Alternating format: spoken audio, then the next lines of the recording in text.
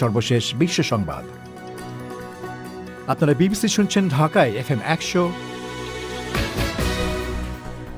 রাজশাহীতে 88.8, খুলনায় 88.8। আপনারা যেখানে আছেন বিবিসি আপনার সাথেই আছে।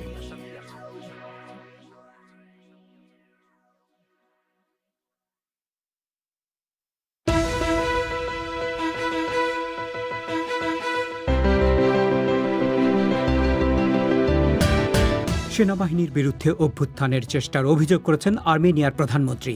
সেনাপ্রধান বরখাস্ত। পদ্মা সেতু প্রকল্পের চীনা ঠিকাদার প্রতিষ্ঠান বলেছে সময় মতো টাকা না পাওয়ায় তারা তহবিল সংকটে পড়েছে। অস্বীকার করেছেন বাংলাদেশের রেলমন্ত্রী। সিংহভাগ টাকা হলো আমাদের চায়নার লোনের টাকা। কাজে এখানে আপনার অর্থ সংকটের কোনো প্রশ্নই আসে না। টাকা তো চায়না দিচ্ছে, চায়নার লোনের টাকা, কাজে অর্থ সংকটটা করতে হবে। বাংলাদেশে এক গবেষণা বলছে 36% মেয়ে শিশু অনলাইনে বন্ধুদের দ্বারা যৌন নির্যাতনের শিকার হচ্ছে। আর আজকের ম্যাগাজিন প্রীতিভাজন ইস্যু। তবে পরিক্রমা শুরুতে এখনকার মতো সর্বশেষ বিশ্ব সংবাদ।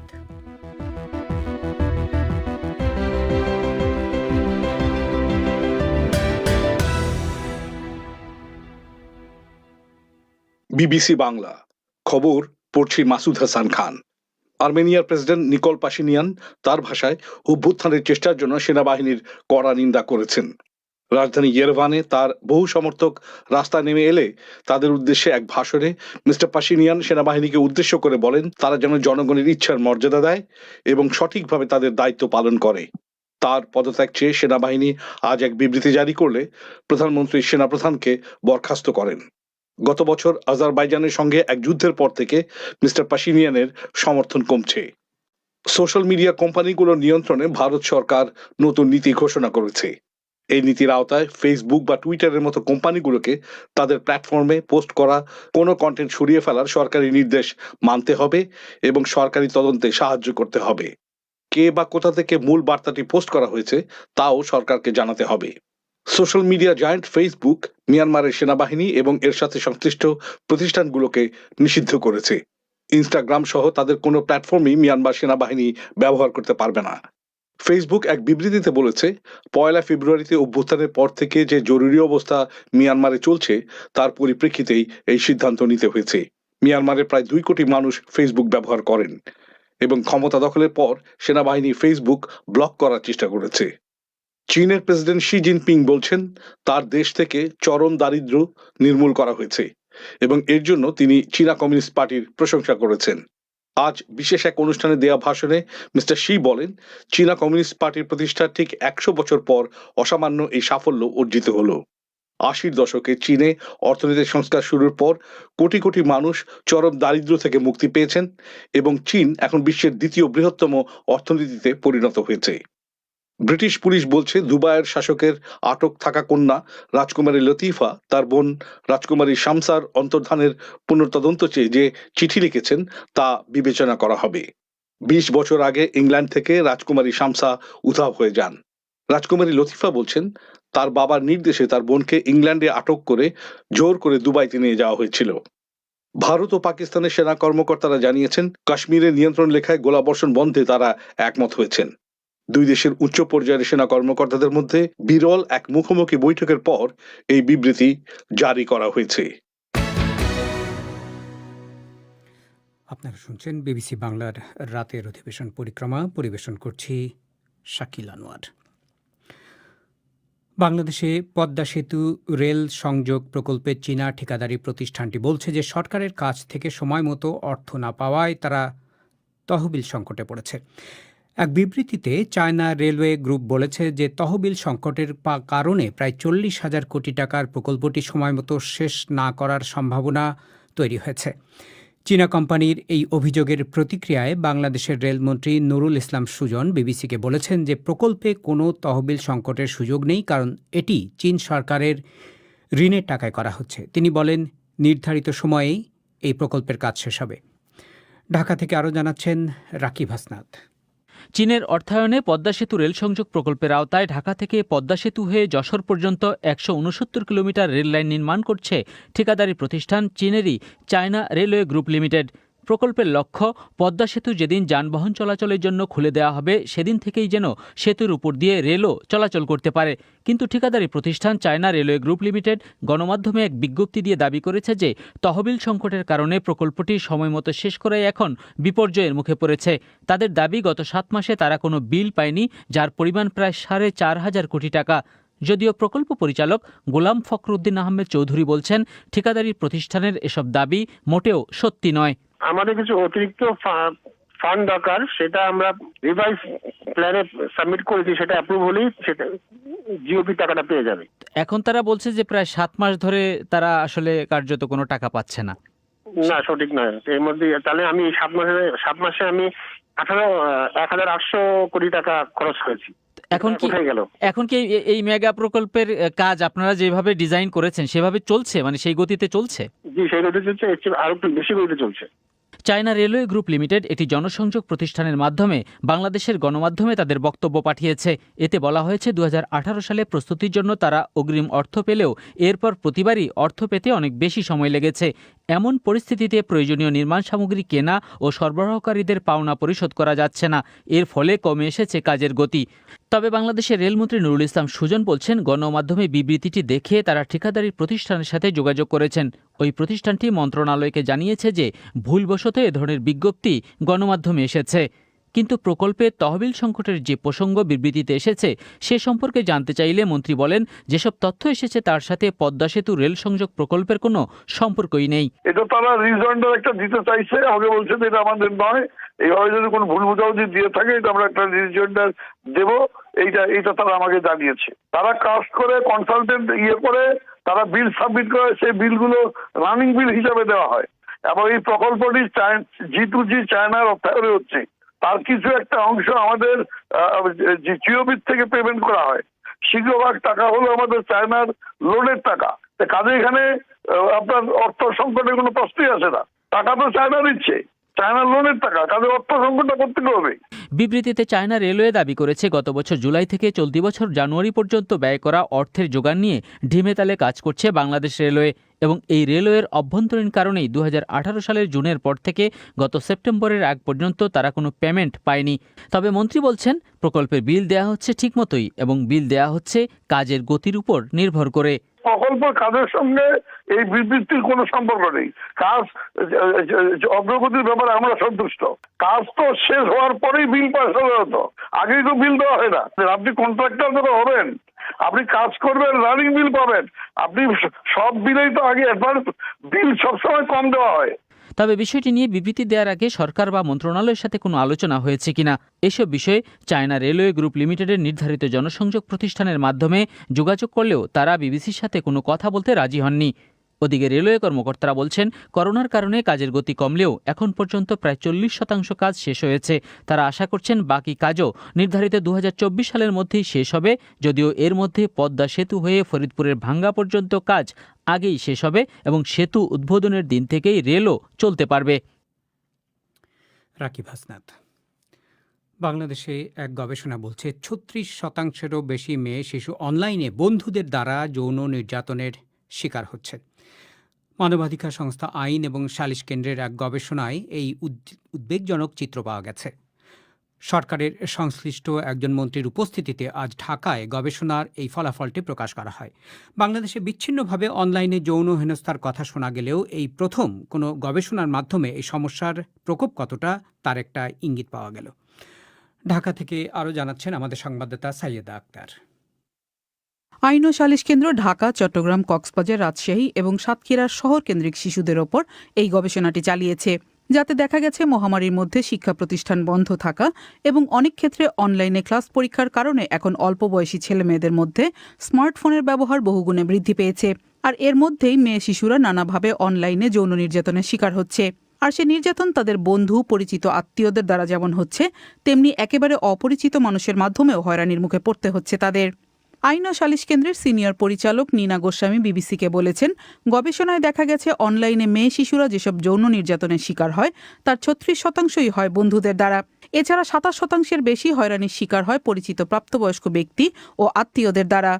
নীনা গোস্বামীর কাছে জানতে চেয়েছিলাম ঠিক কী ধরনের নির্যাতনের শিকার হতে হয় শিশুদের।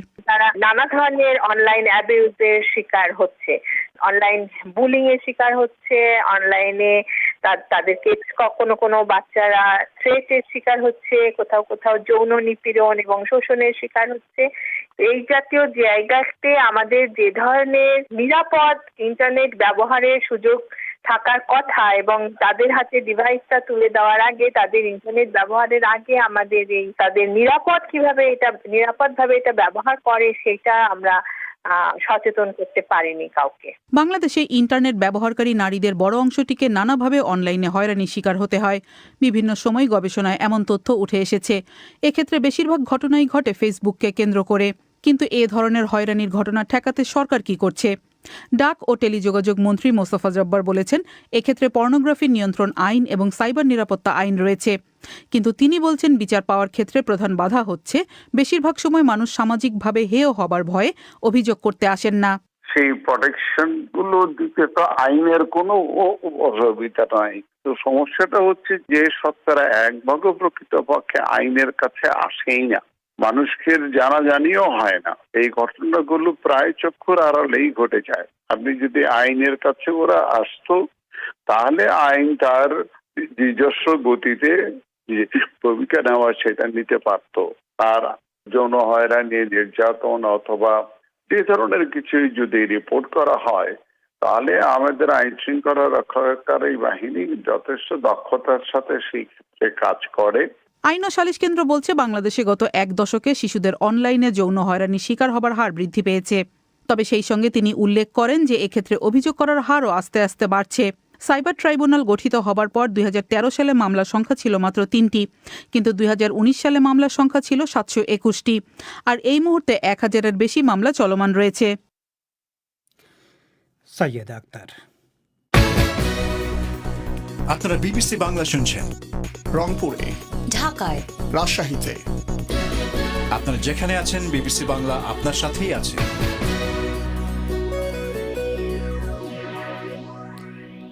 বাংলাদেশে বিডিআর বিদ্রোহের আজ 12 বছর পূর্ণ হল। 2009 সালে রক্তাক্ত ওই বিদ্রোহের ঘটনায় 57 জন সেনা কর্মকর্তা সহ মোট 74 জন মারা গিয়েছিলেন। কিন্তু ঘটনার 1 যুগ পরেও এখনও মামলার বিচার প্রক্রিয়া শেষ হয়নি। নিহতদের পরিবারগুলোর স্বজনদের বিচার না পাওয়ার হতাশা একদিকে যেমন রয়েছে, অন্যদিকে বিচারের মামলায় কারাগারে আটক শত শত জওয়ানের পরিবারের বিচার শেষ হবার প্রতীক্ষাও রয়েছে।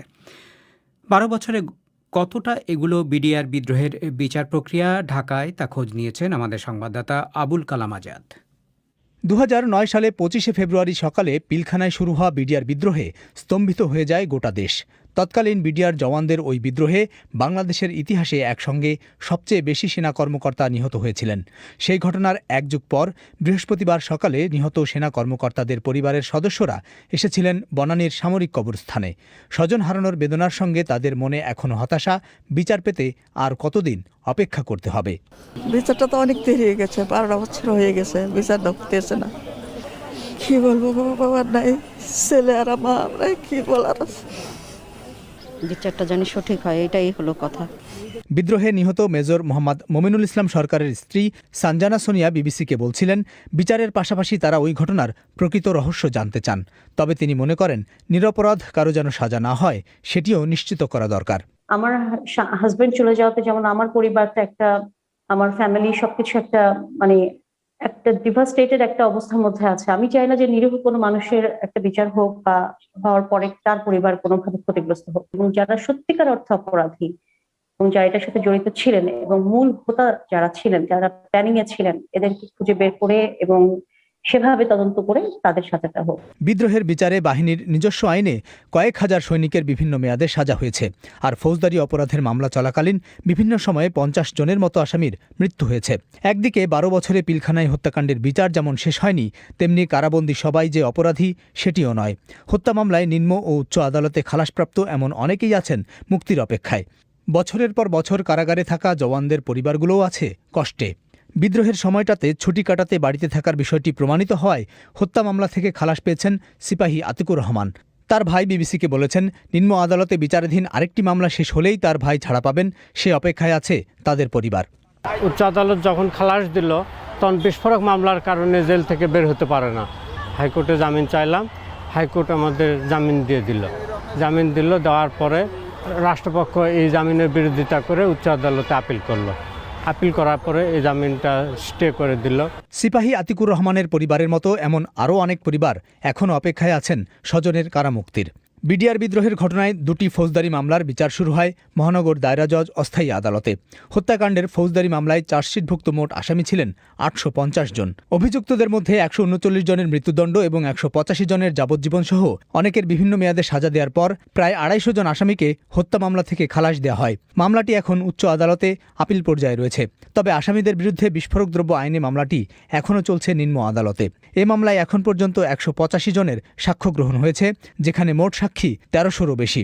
এদিকে আসামি পক্ষের আইনজীবী মোহাম্মদ আমিনুল ইসলাম বলেছেন, বিস্ফোরক দ্রব্য মামলার বিচার কাজ চলছে খুবই ধীর গতিতে। আপনার এই যে প্রায় 250-র উপরে আসামি যারা খালাসপ্রাপ্ত হয়েছিলেন বিভিন্ন হত্যা মামলা থেকে, ওই বিস্ফোরক মামলাটি থাকবার কারণে তারা জেল থেকে ছাড়া পাচ্ছেন না। একদিকে যেমন সংক্ষুব্ধ পক্ষ তারা যেমন ন্যায় বিচার থেকে বঞ্চিত হবে, আসামি পক্ষ একইভাবে তারা ন্যায় বিচার থেকে বঞ্চিত হবে। তবে সার্বিকভাবে বিচার নিয়ে দীর্ঘসূত্রিতার যে অভিযোগ তা মানতে নারাজ deputy attorney general Biswajit Debnath. তিনি বলছেন, আসামির সংখ্যা এবং মামলা সংক্রান্ত কাগজপত্রের হিসাবে সময় বেশি লেগেছে। যে 13 সনে হাইকোর্ট বিভাগে মানে কি নিম্ন আদালতের রায় হয়েছে, 17 সনে সেই ডেথ রেফারেন্স শেষ হয়ে গেছে এবং এত বড় পর্যায়ের এত বেশি আসামি এটা বাংলাদেশের ইতিহাসে অন্য কোনো মামলায় হয় না। এক একটা পেপার বুকে 55,000 পৃষ্ঠার মতো আমাদেরকে কাগজ করতে হয়েছে, সার্টিফাইড কপি দিতে হয়েছে। আমার নিজের অভিমত এখানে দীর্ঘসূত্রিতা না, বরং আমাদের প্রসিকিউশনের পক্ষে আমাদের আন্তরিক প্রচেষ্টা আছে যত দ্রুত সম্ভবে বিচার কার্যটাকে এগিয়ে নিয়ে যাওয়া এবং কোর্টকে সহযোগিতা করা। 2009 সালের 25 ও 26শে ফেব্রুয়ারি সংঘটিত বিডিআর বিদ্রোহে 57 জন সেনা কর্মকর্তা সহ মোট 74 জন নিহত হয়েছিলেন। ওই ঘটনার পর বাহিনী পুনর্গঠনের জন্য নানা রকম পদক্ষেপ নেওয়া হয়েছিল। এর মধ্যে অন্যতম সীমান্তরক্ষী বাহিনীর নাম বদলে বর্ডার গার্ড বাংলাদেশ বিজিবি করা হয়, সেই সঙ্গে বদলে ফেলা হয় ইউনিফর্মও। আবুল কালাম আজাদ। আপনারা শুনছেন বিবিসি বাংলার রাতের অধিবেশন পরিক্রমা। রেডিওর পাশাপাশি অনুষ্ঠান আপনারা লাইভ শুনতে পাচ্ছেন আমাদের ওয়েবসাইটের ঠিকানা www.bbcbangla.com। এবারে আজকের ম্যাগাজিন প্রীতিভাজন ইস্যু।